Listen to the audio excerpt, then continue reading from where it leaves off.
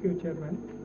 And of course, I'm not going to talk about all the LNG part, which has been already talked. What is the availability, how is the scenario, what is the pricing and all. But I will be talking of one of the component of the LNG, that is this transportation part and the storage part. This slightly I will give a brief about the transportation, what are the developments taking place, how the scenario from the inception it has changed, and this, that is I'm going to cover about this. In fact, just to start with the LNG shipping, what we thought of, rather the LNG business, what we thought of in the 1959, when the first LNG cargo was shipped from Louisiana port to UK. That was the starting point of the LNG business, LNG trade. And before that, of course, what it has been talked that the modus of the trading was either through the pipeline only. The LNG started from that time.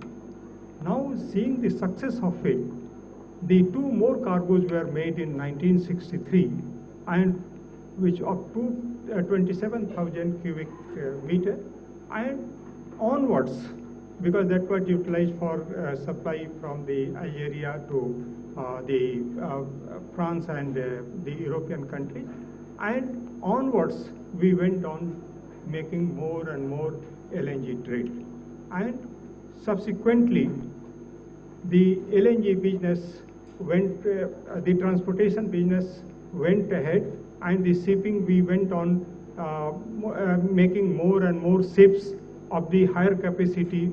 This was the with the time it went. In fact, I will just touch upon the few things that during this period, as on date, the LNG shipping, which was a dedicated part of the whole total LNG business, further also we have diversified. Like we went in the FPSO, FLNG, then this jetties, then we have gone for the LNG fueled vessels and all. This has been developed subsequently after this, and we are going and diversifying the whole business. I will touch about the LNG carrier development and the FSR units which are going on.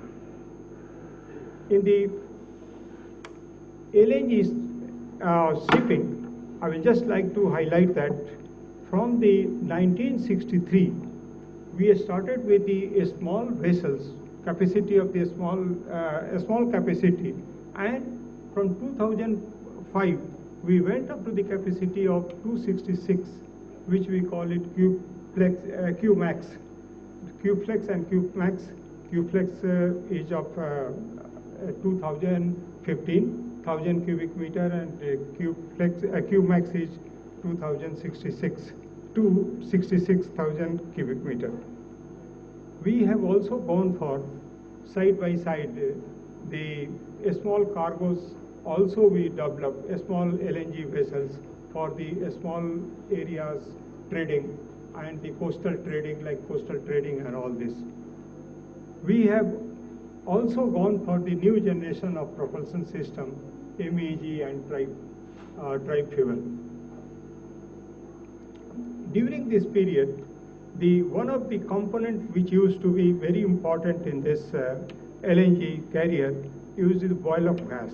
Boil of gas, we have improved upon we went on improving, and as on date, we are talking of the boil of 0.08% per day. This is the improvement we have done, and we are going ahead with this.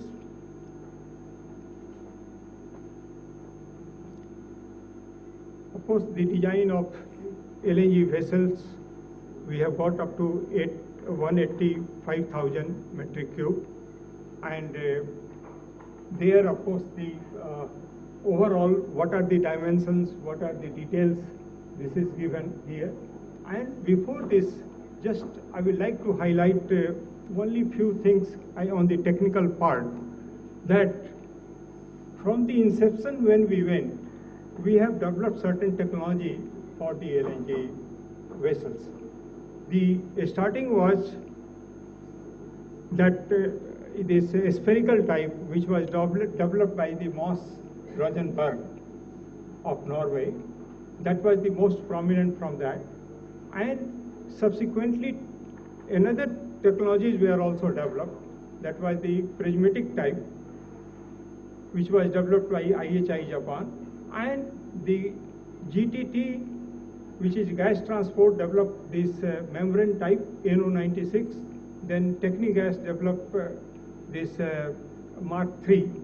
In fact, gas transport and this Technigas has merged together, and now what the GTT is called, and they are providing this two technology of the membrane, which is the world favored as on date technology for going for the containment system in the world.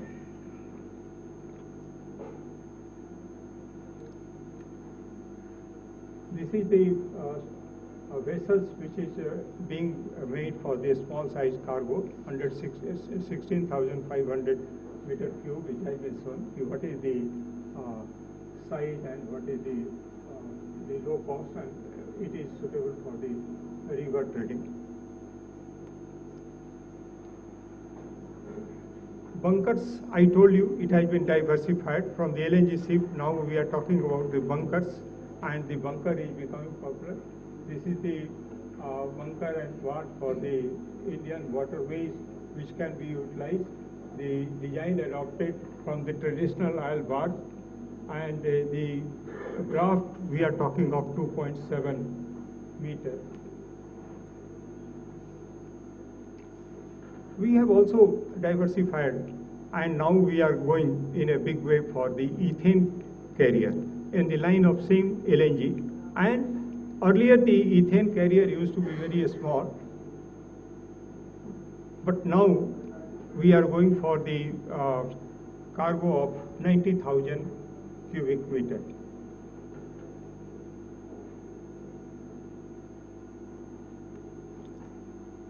FSRU, which I talked, which is one of the diversification from our earlier when we started this LNG shipping.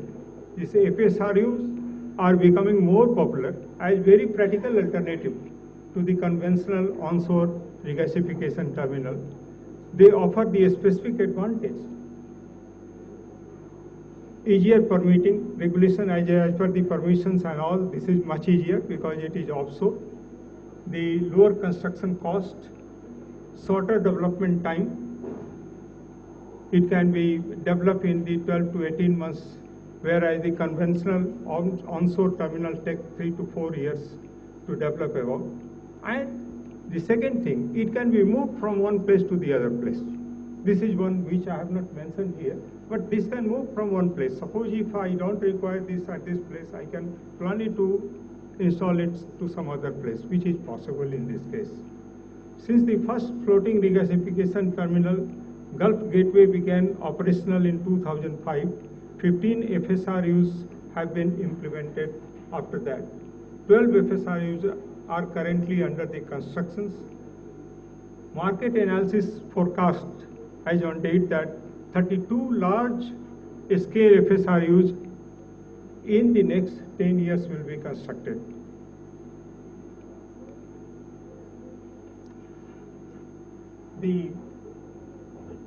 Where these FSRUs are located, this is given in this slide, and you can see that the existing one and the under construction, which is the green one, is the under construction, and the potentials, which is given on the red one.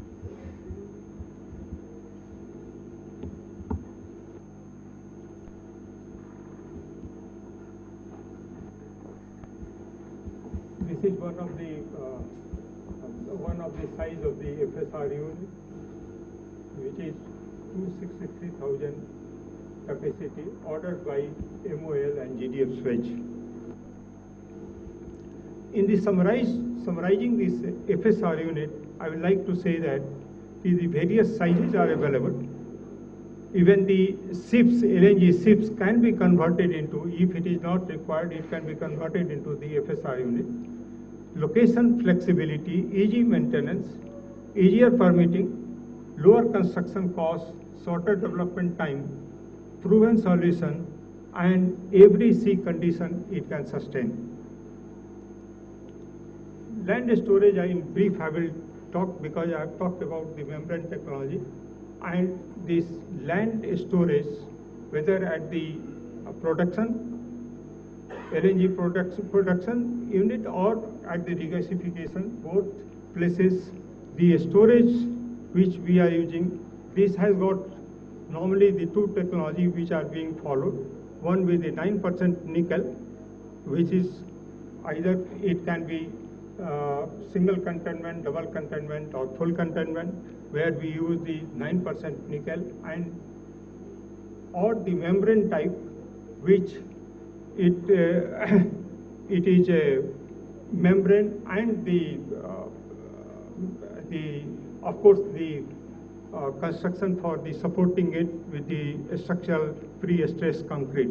So that is the way we are making it, and we find that compared to this full containment, where we are using 9% nickel and the pre-stressed concrete for the purpose of the tank, and in the case of the membrane and using the pre-stressed concrete, the benefit is derived because the construction time is less and the cost is also 20% is lower than the 9% nickel. So this I just wanted to highlight about it. Another area which has diversified is the LNG fuel ferries. This is being now one of the ferry which is being built by STX France and likely to be delivered. And this is using the tank is being used as the Mark III technology. So this is one of the area where now it will be also used for the fuel purposes. LNG will be used for the fuel purposes. Like to summarize it, the LNG activities is increasing. Conservative business, but with promising innovations. FSR unit is a real alternative for importing the LNG. LNG coastal trade can be a huge opportunity in India. Large scale onshore tank will be significantly reduce the infrastructure cost for the large import terminal under development in Korea, Singapore, and Canada. A small scale LNG and LNG as a fuel will be the strong driver for technological opportunities, and LNG shipping in India is a real opportunity, which we feel that this is one of the opportunity which can be derived, because on the any import of LNG, if it is on the FOB basis or the otherwise, we can have, India can derive the LNG shipping part also to derive the benefit of the price. And this can give the opportunity for the operation of the LNG ships, maybe construction of the LNG ships in our own shipyards. This can also give the opportunity. So this is with this, I would like to thank you, and I'll conclude my